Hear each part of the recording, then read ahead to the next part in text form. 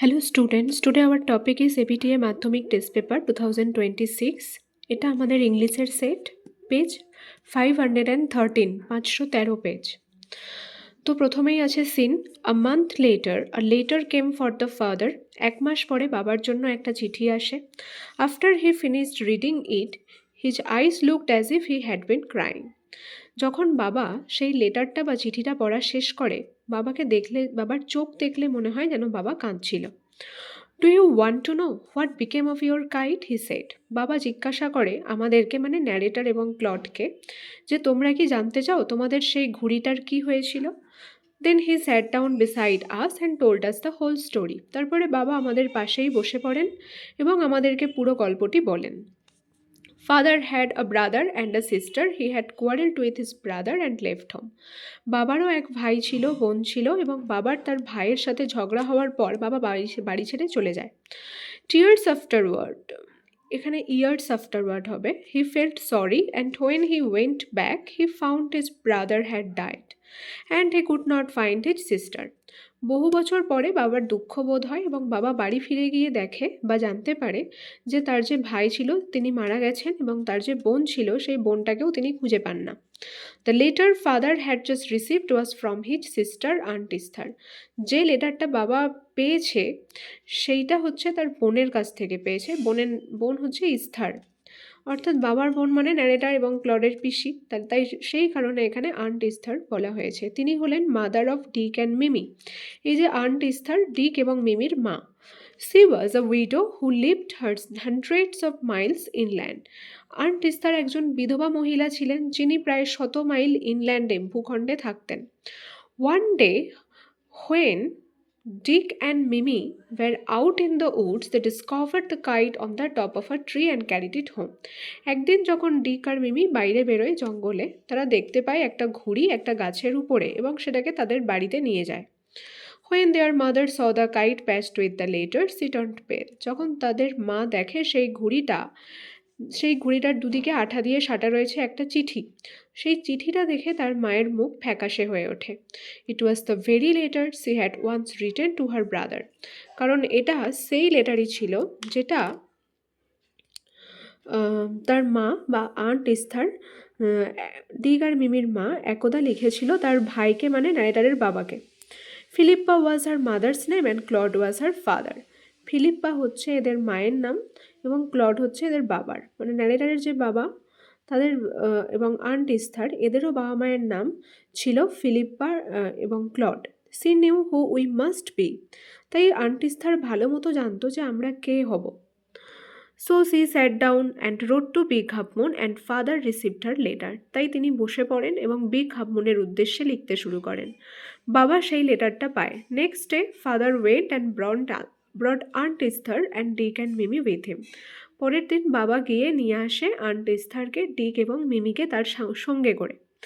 They have been here ever since. তারপর থেকে তারা সবাই মিলে এখানেই আছে, মানে বিগ হাফমুন আইল্যান্ডে। Aunt Esther is such a dear and Dick and Mimi are too jolly forwards. আন্ট ইস্থার হলেন একজন খুব ভালো মানুষ এবং ডিক এবং মিমিও খুব হাসি খুশি। But the best of it all is that we have relations now. কিন্তু এখন যেটা সব থেকে ভালো হয়েছে সেটা হচ্ছে আমাদেরও এখন আত্মীয় হয়ে গেছে, আমাদের বাড়িতেই থাকে যারা, আন্ট ইস্থার, ডিক আর মিমি। এরপরে এমসিকিউ আছে number 1, father had a conflict with his. বাবার ঝগড়া হয়েছিল কার সাথে? তার ভাইয়ের সাথে। অপশান এ ব্রাদার হবে। Next, after reading the letter father had. লেটারটা পড়ার পরে বাবার কি এসেছিল? চোখে জল এসেছিল। অপশান ডি হবে tears. Number 3, the letter was written by. এই লেটারটা কে লিখেছিল? ইস্থার হবে। Option A. Question number 4, the letter brought. এই লেটারটা কি এনেছিল? অপশান বি হবে রিকনসিলিয়েশন, মানে পুনর্মিলন। ন্যারেটারের ফ্যামিলির সাথে আন্ট ইস্থারের যে ফ্যামিলি সবাই মিলে একত্রিত হয়েছিল এই লেটারের পর। আফটার মেনি ইয়ার্স ফাদার, বহু বছর পরে বাবা ফেল্ট, বাবার কীরকম অনুভূতি হয়েছিল? গিলটি, মানে তিনি ওখানে বলেছে after years afterward he felt sorry, তিনি দুঃখ বোধ করেছিলেন। তাহলে এখানে এখানে গিল্ট হবে। Option A. Question number B, Complete that sentence with information from the passage. After reading the letter, father.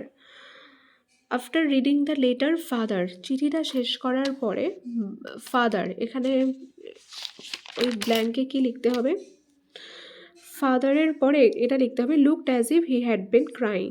এখানে দায়ের জায়গায় হি হবে, যেন মনে হচ্ছিল বাবা কাঁদছিল, এইটুকুই লিখতে হবে। B1 এর answer. Dick and Mimi found dash. Dick আর মিমি কি পেয়েছিল? ডিক আর মিমি ফাউন্ড, এটা এখান থেকে লিখতে হবে the kite on the top of a tree and carried it home. The kite থেকে হোম পর্যন্ত অ্যান্সার হবে। তারা ঘুড়ি পেয়েছিল একটি গাছের উপরে এবং যেটাকে তারা ঘরে নিয়ে যায়। নাম্বার 3, দ্য কাইট ওয়াজ, ঘুড়িটা কীরকম ছিল? তাহলে এর অ্যান্সার হবে এইটা, প্যাচড উইথ দ্য লেটার, এটা অ্যান্সার হবে। নেক্সট বলেছে why did aunt Esther turn pale, কেন আন্ট ইস্থারের মুখ ফ্যাকাশে হয়ে গিয়েছিল? এর অ্যান্সার হোয়েন থেকে লিখতে হবে। হোয়েন থেকে ব্রাদার পর্যন্ত এর অ্যান্সার হবে। হোয়েন দেয়ার মাদারের জায়গায় আন্ট ইস্থার লিখবে, কারণ কোয়েশ্চেনে আন্ট ইস্থার দেওয়া আছে।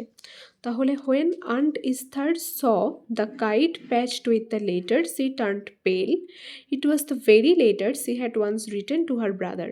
যখন আন্ট ইস্থার দেখলেন ঘুড়িটার দুদিকে আঠা দিয়ে সাঁটা রয়েছে একটা চিঠি, তার মুখ ফ্যাকাশে হয়ে উঠেছিল এবং তিনি বুঝতে পেরেছিলেন যে এটাই সেই লেটার যেটা তিনি একসময় তার ভাইকে লিখেছিলেন। তাহলে হোয়েন থেকে ব্রাদার পর্যন্ত অ্যান্সার হবে, দেয়ার মাদারের জায়গায় আন্ট ইস্থার লিখতে হবে। Next, why were there tears in father's eyes, বাবার চোখে কেন জল ছিল? তাহলে এটা প্রথমে এখান থেকে লিখতে হবে দেয়ার থেকে আইস পর্যন্ত অ্যান্সার। দেয়ারের পরে ওয়্যার লিখে দেবে। There were tears in father's eyes because the letter reunited him with his lost sister after many years.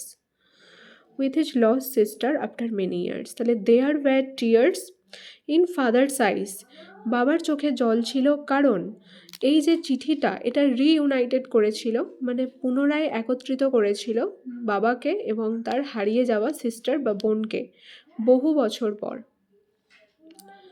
এরপরে আমাদের কি আছে, poem. Once I crept in an oak wood, I was looking for a stag. একবার আমি okay গাছের জঙ্গলে ঘুরতে বেরিয়েছিলাম, কেন না আমি একটা হরিণের খোঁজ করছিলাম। I met an old women there all nobbly stick and rag. তো আমার সাথে দেখা হয়েছিল সেই জঙ্গলে এক বৃদ্ধ মহিলার, যার সাথে ছিল একটা স্টিক, একটা লাঠি এবং র্যাগ মানে পরনে তার একটু ছেঁড়াখোড়া পোশাক। She said I have your secret inside my little bag. সেই বৃদ্ধ মহিলা ন্যারেটরকে পোয়েটকে বলেছিলেন যে আমার এই ছোট্ট ব্যাগে তোমার জন্য একটা সিক্রেট আছে। Then she began to cackle and I began to quake. তারপরে সেই বৃদ্ধ মহিলা হাসতে শুরু করলেন অদ্ভুতভাবে এবং আমি কাঁপতে শুরু করলাম। She opened up her little bag and I came twice awake. তিনি তার ছোট্ট ব্যাগটা খুললেন এবং আমার যেন মনে হলো আমি দুবার করে জাগরিত হলাম, জেগে উঠলাম। Surrounded by a staring tribe and me tied to a stake. আমি দেখতে পেলাম নিজেকে যে আমাকে ঘিরে রয়েছে একদল উপজাতি যারা আমার দিকে তাকিয়ে রয়েছে এবং আমাকে বাঁধা রয়েছে একটা খুঁটির সাথে। এরপরে MCQ আছে। This lines are written by, এই লাইনগুলো কে লিখেছেন? পোয়েটকে। টেড হিউজ হবে option B. Number 2, nobly means, nobly কথার অর্থ কী? আনস্টেডি হবে, মানে আনস্টেডি মানে সোজা নয়। সেই লাঠিটার মধ্যে এখানে বলেছে না নবলিস্টিক, মানে গাঁটওয়ালা একটা লাঠি, গাঁটযুক্ত। নাম্বার 3, টুয়াইস অ্যাওয়েক সিম্বলাইজ, দুবার করে জেগে ওঠা। এর মানে কি? এর মানে হচ্ছে অপশান সি হবে পারসেপশান, উপলব্ধি করা, বুঝতে পারা, এরকম। নাম্বার 4, কোয়েক মিনস, কোয়েক মানে কম্পন, কেঁপে ওঠা, তাহলে এখানে অপশান বি হবে ট্রেম্বেল, একই মানে কেঁপে ওঠা বা কম্পন।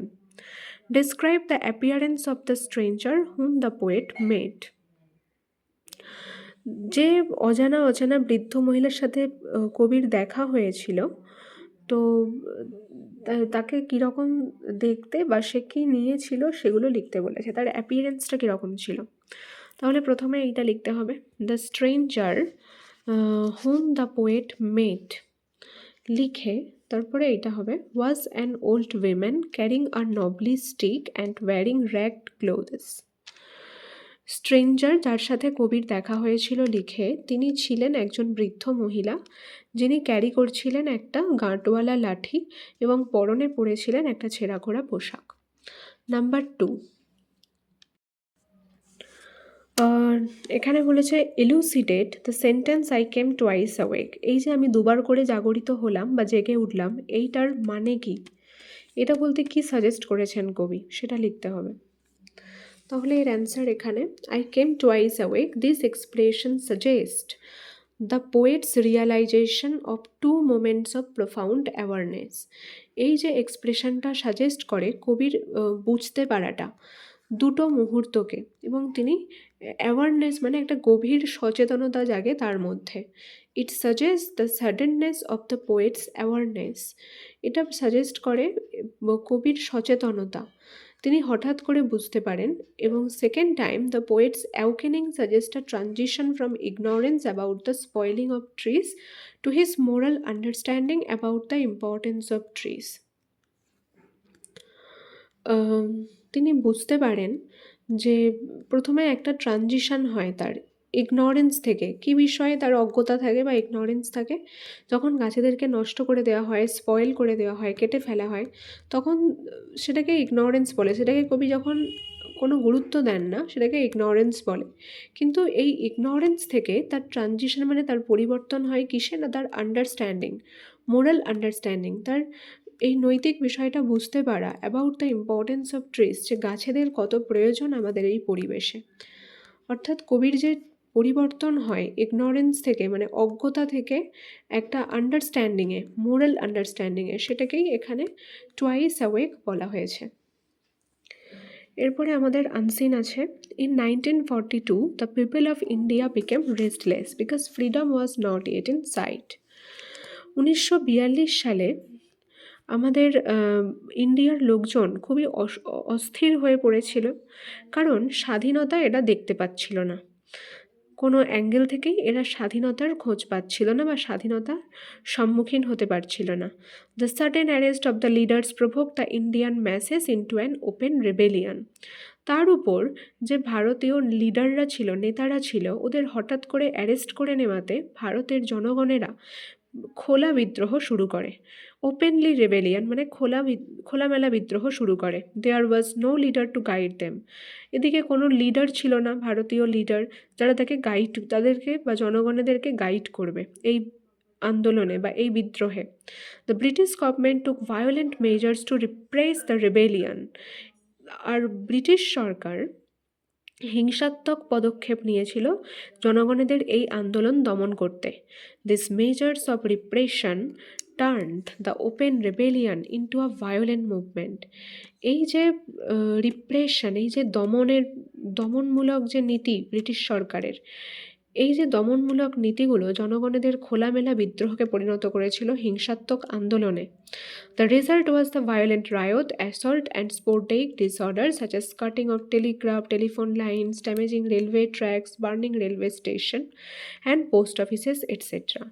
এর ফলাফল স্বরূপ এই যে হিংসাত্মক যে রায়ত মানে দাঙ্গা, তারপরে অ্যাসল্ট অ্যান্ড স্পোরেডিক ডিসঅর্ডার, এগুলোর মানে হচ্ছে জায়গায় জায়গায় বিক্ষিপ্তভাবে আন্দোলন করা, বিশৃঙ্খলা ছড়িয়ে পড়া বিভিন্ন জায়গায়, এবং বেআইনিভাবে অ্যাটাক করা বা আক্রমণ করাকে অ্যাসল্ট বলা হয়।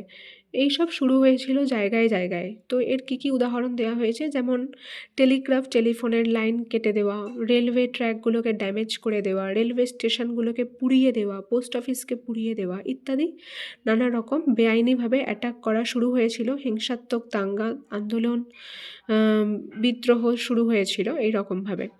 This occurred in all the provinces except Punjab, Northwest, Frontier Province and Sindh. এই আন্দোলন সব জায়গাতেই দেখা দিয়েছিল, Punjab, North West, Frontier Province, Sindh এই জায়গাগুলো ছাড়া। The British Army and police personnel used fire indiscriminately. In 2 months, 658 persons were killed. British army এবং পুলিশেরা ইউজ করছিল আগুন এই আন্দোলন দমন করতে, এবং 2 মাসের মধ্যে এই ব্রিটিশ সরকারের দমনমূলক পদক্ষেপের জন্য 658 জন মারা যায়। The violent movement was a spontaneous popular rising for freedom, a real revolution. আর অপরদিকে এই যে আন্দোলন জনগণের, এটা ছিল একটা স্পন্টেনিয়াস, মানে স্বতঃস্ফূর্তভাবে আন্দোলন করা বা বিদ্রোহ করা স্বাধীনতা পাওয়ার জন্য, একটা প্রকৃত বিপ্লব বলা চলে স্বাধীনতা লাভের জন্য। It was not planned and organised like the non cooperation and civil disobedience movement. তবে এটা, এই যে আন্দোলনটা 1942 সালের, এটা আগে থেকে পরিকল্পিত ছিল না বা অর্গানাইজডও ছিল না, বন্দোবস্তও ছিল না, অসহযোগী আন্দোলনের মতো এবং আইন অমান্য আন্দোলনের মতো। The people fought spontaneously and haphazardly in different areas. লোকেরা স্বতঃস্ফূর্তভাবে এবং হ্যাপাজেটলি মানে এলোমেলোভাবে বিভিন্ন দিকে এই আন্দোলন বা বিদ্রোহ শুরু করেছিল। There was no central authority to guide them. সেখানে কোনো সেন্ট্রাল অথরিটি ছিল না তাদেরকে গাইড করবার জন্য। There were some bold local leaders. তবে কিছু বোল্ড বা সাহসী লোকাল নেতারা ছিল। The British government held the Congress responsible for violent disturbances. British সরকার কংগ্রেসকে দায়ী করেছিল এই রকম হিংসাত্মক আন্দোলনের জন্য জনগণের। প্রথমেই এমসিকিউ বলেছে, the British government blame dash for the violent movement. British সরকার কাকে দোষারোপ করেছিল হিংসাত্মক আন্দোলনের জন্য? অপশান বি হবে কংগ্রেসকে। The measures of repression caused rebellion to be dash. এই যে দমনমূলক পদক্ষেপ ব্রিটিশ সরকারের, এর জন্য আন্দোলন কীরকমভাবে শুরু করেছিল জনগণেরা? ওপেন রেবেলিয়ান, খোলামেলাভাবে বিদ্রোহ। অপশান এ হবে। Number 3, the British government was, British government কীরকম ছিল? অপ্রেসিভ, মানে দমনকারী। Question number 4, the people of India became restless for. ইন্ডিয়ার লোকজনেরা অস্থির হয়ে উঠেছিল কিসের জন্য? ইন্ডিপেন্ডেন্সের জন্য, স্বাধীনতার জন্য। নেক্সট বলেছে, anti British movement did not take place in. Anti British movement কোন কোন জায়গাগুলোয় হয়নি? তাহলে এই জায়গাগুলো দেওয়া আছে প্যাসেজে, Punjab, North West, Frontier Province, Sindh. তাহলে কোনটা দেওয়া নেই? গুজরাট। তাহলে অপশান সি হবে Gujarat. And example of transport is, এখানে ট্রান্সপোর্টের কোন এক্সাম্পল দেওয়া হয়েছে প্যাসেজে? একমাত্র রেলওয়ে স্টেশনের কথা বলা হয়েছে, তাহলে এটা হবে option C. True false supporting statement, the Congress leader provoke the people to start a rebellion. Congress নেতারা কি লোকেদেরকে উস্কেছিল বিদ্রোহ শুরু করবার জন্য? এটা ফলস হবে। এটা এখান থেকে হবে, দা থেকে রেবেলিয়ান পর্যন্ত। The sudden arrest of the leaders provoke the Indian masses into an open rebellion. কিছু নেতাদের হঠাৎ অ্যারেস্ট হওয়াতে ভারতীয় জনগণেরা খোলামেলাভাবে বিদ্রোহ শুরু করেছিল।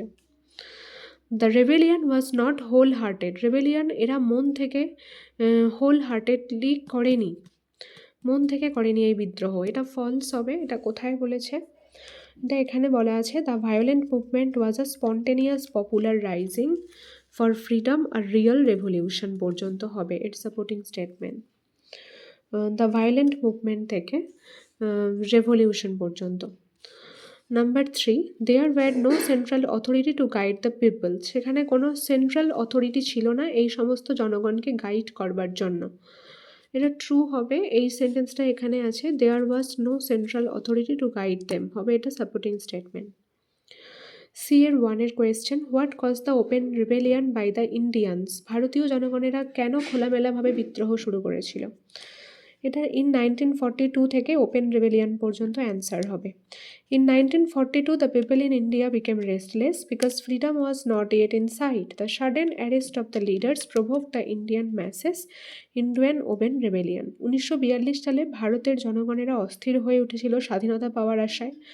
তার উপরে ভারতীয় নেতাদের হঠাৎ করে অ্যারেস্ট হওয়াতে ভারতীয় জনগণেরা খোলামেলাভাবে রেবেলিয়ান অর্থাৎ বিদ্রোহ শুরু করে। What were the people's reaction against the repression by the British? জনগণের কি রিয়াকশন ছিল এই ব্রিটিশদের দমনমূলক নীতির জন্য বা নীতির বিরুদ্ধে?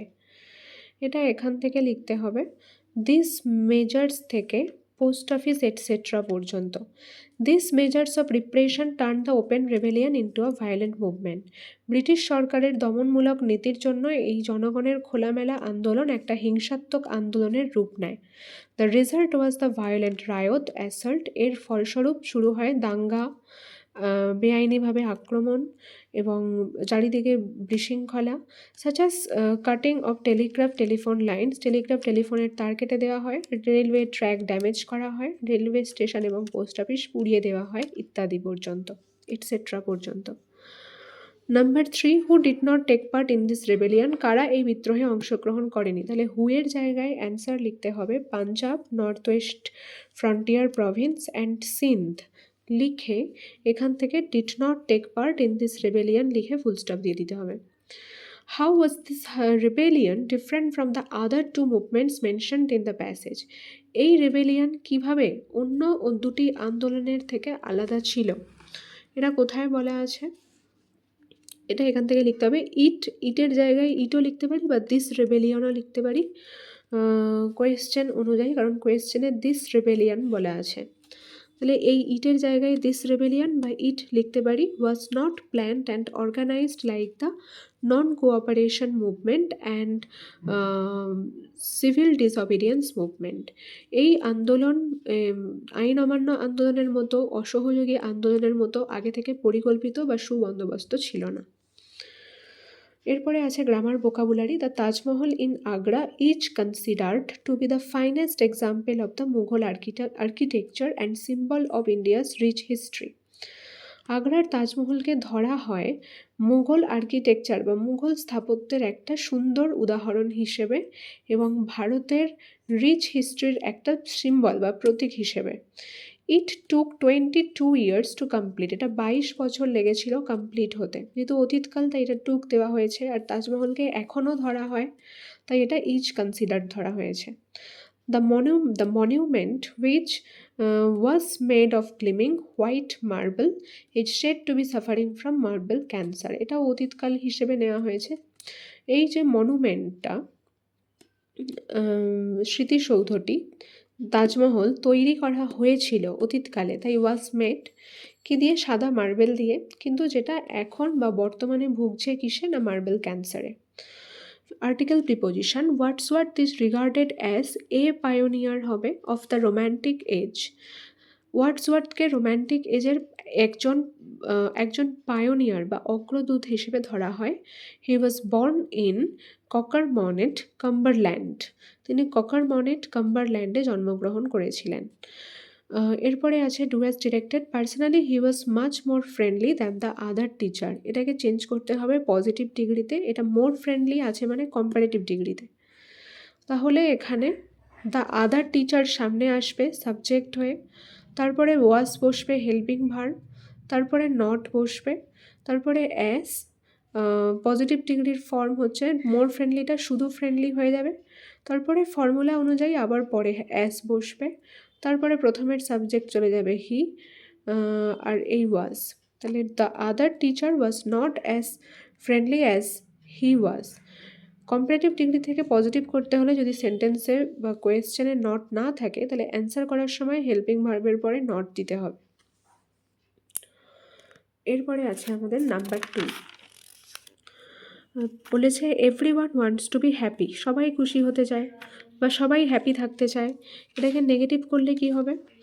Number 2, who does not want to be happy question mark. K happy হতে চায় না বা কে খুশি হতে চায় না, এটাই লিখতে হবে। তাহলে নট এলো মানেই নেগেটিভ হয়ে গেল। হু দিয়ে কোয়েশ্চেন করলাম, যেহেতু ওয়ান্টের সাথে এস আছে তাহলে ডাজ হেল্পিং ভার্ব দিয়ে কোয়েশ্চেন করেছি, তারপরে নট বসিয়েছি, তারপরে ভার্বের ফার্স্ট ফর্ম, আর তারপরে টু বি হ্যাপি যেমন আছে লিখে দিয়েছি, লাস্টে question mark. Who does not want to be happy. কে চায় না খুশি হতে, তার মানেই সবাই চায় খুশি হতে। আয়রন ফিলস হার্ট, এটা ভয়েস চেঞ্জ। কি করতে হবে? Iron is hard when it is felt. এটা এরকম ভয়েস চেঞ্জ হবে, মানে অন্যান্য ভয়েস চেঞ্জের থেকে একটু আলাদা। যখন আমরা এটাকে ফিল করি তখন আমাদের মনে হয় যে লোহা খুব শক্ত জিনিস। এরপরে ফ্রেজাল ভার্ব আছে, রিপ্রেজেন্টের সাথে এস আছে, তাহলে স্ট্যান্ড ফর যে আছে উপস্থাপিত করা, রিপ্রেজেন্ট মানে, তাহলে এটা স্ট্যান্ড ফর হবে। এর সাথে যেহেতু এস যুক্ত আছে তাহলে স্ট্যান্ডের সাথেও এস হবে, স্ট্যান্ডস ফর। সেভ হবে বাঁচানো, put by.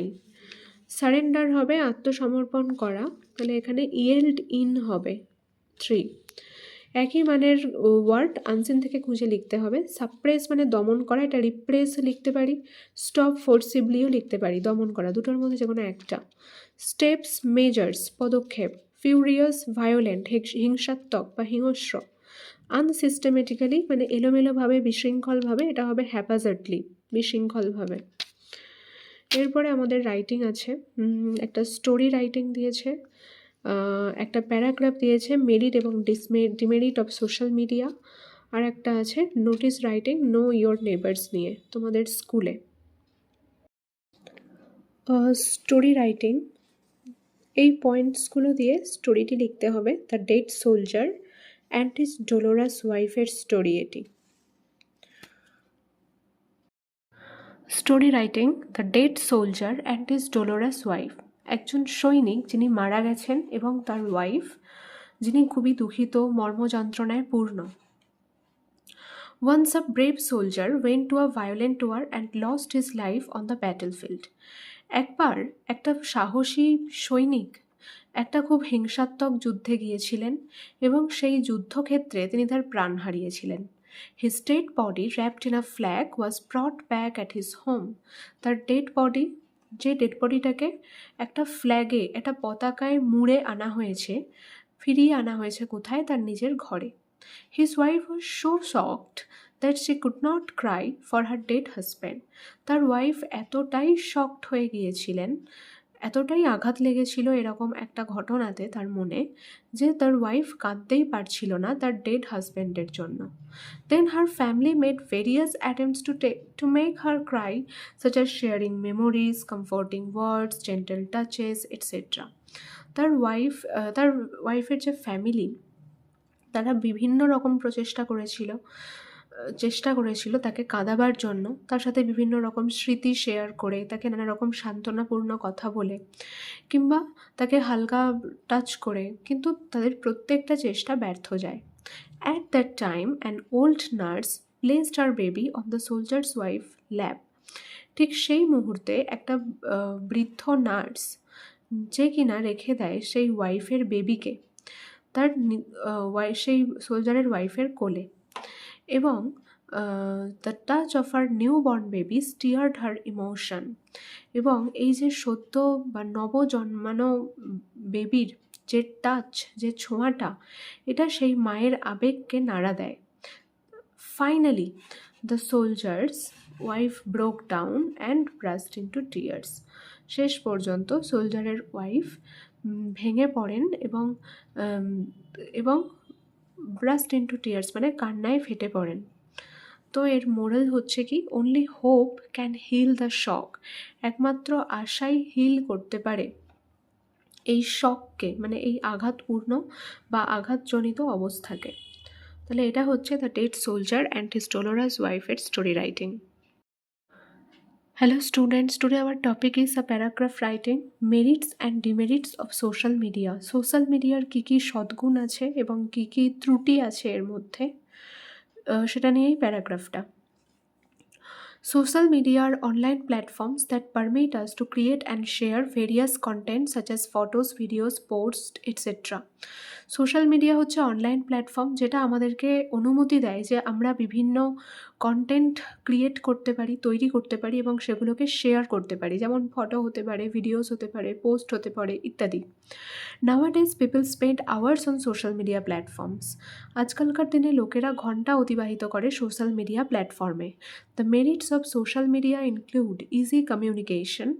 It helps people to connect with their friends, relatives. এই যে সোশ্যাল মিডিয়ার মেরিট, সদ্গুণ, এগুলোর মধ্যে কী কী আছে? আমরা একে অপরের সাথে ইজি কমিউনিকেট করতে পারি, সহজে কথোপকথন হয় আমাদের একে অপরের সাথে বিভিন্ন লোকের সাথে। It helps people to connect with their friends relatives. এটা লোকেদেরকে হেল্প করে যে তারা কানেক্ট হতে পারে তাদের ফ্রেন্ডসদের সাথে, রিলেটিভ মানে আত্মীয় স্বজনদের সাথে। It allows us to share there thoughts experiences with more people. এটা আমাদেরকে অনুমতি দেয় যে আমরা আমাদের চিন্তা ভাবনা অভিজ্ঞতা শেয়ার করতে পারি বিভিন্ন লোকের সাথে বা আরও বেশি বেশি করে লোকের সাথে। Social media also offers us a platform for our professional growth. Social media এছাড়া আমাদেরকে একটা প্ল্যাটফর্ম অফার করে আমাদের পেশাগত বৃদ্ধির জন্য, প্রফেশনাল গ্রোথের জন্য। We can get various information through social media. আমরা বিভিন্ন ধরনের ইনফরমেশন পেতে পারি, তথ্য পেতে পারি সোশ্যাল মিডিয়ার মাধ্যমে। But there are also some demerits or disadvantages of social media, like excessive use of social media can lead to addiction. এছাড়া এর কিছু ত্রুটি আছে বা ডিসঅ্যাডভান্টেজেস আছে, যেমন অত্যধিক সোশ্যাল মিডিয়া ব্যবহারের ফলে এটা অ্যাডিকশন হয়ে যেতে পারে ছেলে মেয়েদের, নেশা হয়ে যেতে পারে সোশ্যাল মিডিয়ার প্রতি একটা। It would give negative impact on our academic score, our performance at various activities, mental health etcetera. এটা নেগেটিভলি ইম্প্যাক্ট করে, প্রভাব ফেলে আমাদের অ্যাকাডেমিক স্কোরে, মানে আমাদের শিক্ষামূলক যে স্কোর। এছাড়া আমাদের বিভিন্ন রকম কাজে আমাদের পারফরমেন্সের উপরেও প্রভাব ফেলে। এছাড়া আমাদের মানসিক স্বাস্থ্যের উপরেও প্রভাব ফেলে, মেন্টাল হেলথ ইত্যাদি। Sometimes it can spread misinformation, can lead two identity theft and other cyber crimes. আবার অনেক সময় দেখা যায় এই সোশ্যাল মিডিয়া ছড়ায় ভুলভাল তথ্য এবং এটা লিড করে আইডেন্টিটি থেফট, মানে মানুষের পরিচয় চুরি হয়ে যায় এই সোশ্যাল মিডিয়ার থ্রু। এছাড়া আরও অন্যান্য সাইবার ক্রাইমসও দেখা যায়। So we should use social platforms carefully and in a balanced way as it has both positive and negative impact. তাই আমাদের উচিত সোশ্যাল প্ল্যাটফর্মগুলো খুব কেয়ারফুলি ইউজ করা এবং একটা ব্যালেন্সড ওয়েতে, মানে একটা ব্যালেন্স থাকা দরকার এটা ব্যবহারের সময়। কারণ মনে রাখতে হবে যে দুটোই ইম্প্যাক্ট আছে, পজিটিভ এবং negative. Proper guidance and correct learning is necessary for us to use social media. যদি আমরা সঠিক গাইড পেতে পারি এবং সঠিকভাবে সব কিছু শিখতে পারি, তাহলে এই শেখাটা আমাদের প্রয়োজন এবং এই গাইডেন্সটা আমাদের প্রয়োজন সোশ্যাল মিডিয়া ইউজ করবার জন্য। তাহলে এটাই হচ্ছে মেরিটস এবং ডিমেরিটস অফ সোশ্যাল মিডিয়ার paragraph. Hello students, today our topic is a notice writing. কী নিয়ে না, এই নোটিশটা নো ইয়োর নেবার্স প্রোগ্রাম, মানে তোমাদের প্রতিবেশীদের জানো বা চেনো, এই নিয়ে একটা প্রোগ্রামের আয়োজন করা হয়েছে স্কুলে। ধরো তুমি তোমার স্কুলের ক্যাপ্টেন, সেই নিয়ে স্টুডেন্টসদের উদ্দেশ্যে এটা একটা নোটিশ লেখা। তো প্রথমেই লেখা হয়েছে নোটিশ, তার নিচে স্কুলের নাম এবিসি হাই স্কুল, তার নিচে heading no your neighbours programme. Date, যে ডেটে নোটিশটা লিখছি সেই date. All the students of our school are hereby informed that our school is going to organize a program entitled Know Your Neighbors to raise a community spirit and proper understanding among students and the residents of our neighboring areas. আমাদের স্কুলের সমস্ত স্টুডেন্টসদেরকে inform করা হচ্ছে যে আমাদের school আয়োজন করতে চলেছে একটা প্রোগ্রামের, যার নাম হচ্ছে তোমার প্রতিবেশীদের জানো বা চেনো। এটা কিসের জন্য এই প্রোগ্রামের আয়োজন করা? যাতে এই স্টুডেন্টসদের মধ্যে এবং আশেপাশের এলাকাগুলোর বাসিন্দাদের মধ্যে একে অপরের সাথে সংযুক্ত থাকা, ঐক্যবদ্ধ থাকা এবং একে অপরকে ভালোভাবে বুঝতে পারা, এই সমস্ত বিষয়গুলি বাড়াবার জন্য এই প্রোগ্রামের আয়োজন করা হয়েছে। This program will be held on 1st March 2026 from 11 AM to 3 PM. এই প্রোগ্রামের আয়োজন করা হবে 1st মার্চ 2026 থেকে 2026 সকাল 11টা থেকে বিকেল 3টে পর্যন্ত আমাদের স্কুলের প্লেগ্রাউন্ডে। There will be cultural programs also such as traditional dances, folk songs, mythical dramas, etc. সেখানে অনেক সাংস্কৃতিক অনুষ্ঠানও হবে, যেমন ট্রেডিশনাল ডান্স, ফোক সংস মানে লোকগীতি, মিথিক্যাল পুরাণস মানে পৌরাণিক কাহিনী নিয়ে নাটক হবে, মানে ড্রামা ইত্যাদি। All students are requested for their active participation in this programme. সমস্ত স্টুডেন্টসদেরকে রিকোয়েস্ট করা হচ্ছে যাতে তারা অ্যাক্টিভলি পার্টিসিপেট করে, সক্রিয়ভাবে অংশগ্রহণ করে এই প্রোগ্রামে। Interested students may register their names to participating in this programme. যারা আগ্রহী স্টুডেন্ট তাদেরকে তাদের নাম রেজিস্টার করতে বলা হচ্ছে এই তাদের ক্লাস টিচারের কাছে এখানে একটা জিনিস লিখতে হবে, কত তারিখের আগে, on or before 25th March 2026। আর এখানে টু পার্টিসিপেটিংয়ের জায়গায় ফর পার্টিসিপেটিং। যারা ইন্টারেস্টেড স্টুডেন্ট সেই প্রোগ্রামে পার্টিসিপেট করতে চায় তারা তাদের ক্লাস টিচারের কাছে নাম রেজিস্টার করাতে হবে। 25শে মার্চ নয়, যদি 1 মার্চে অনুষ্ঠান হয় তাহলে 25th ফেব হবে, 25th ফেব্রুয়ারির আগে, না হলে 25th ফেব্রুয়ারি লাস্টে। আরও ইনফরমেশন পেতে হলে কন্ট্যাক্ট করতে বলছে স্কুলের ক্যাপ্টেনের কাছে। কাউন্টার সাইন বাই দিয়ে the headmaster or the headmistress, এদিকে ক্যাপ্টেনের নাম, স্কুলের নাম।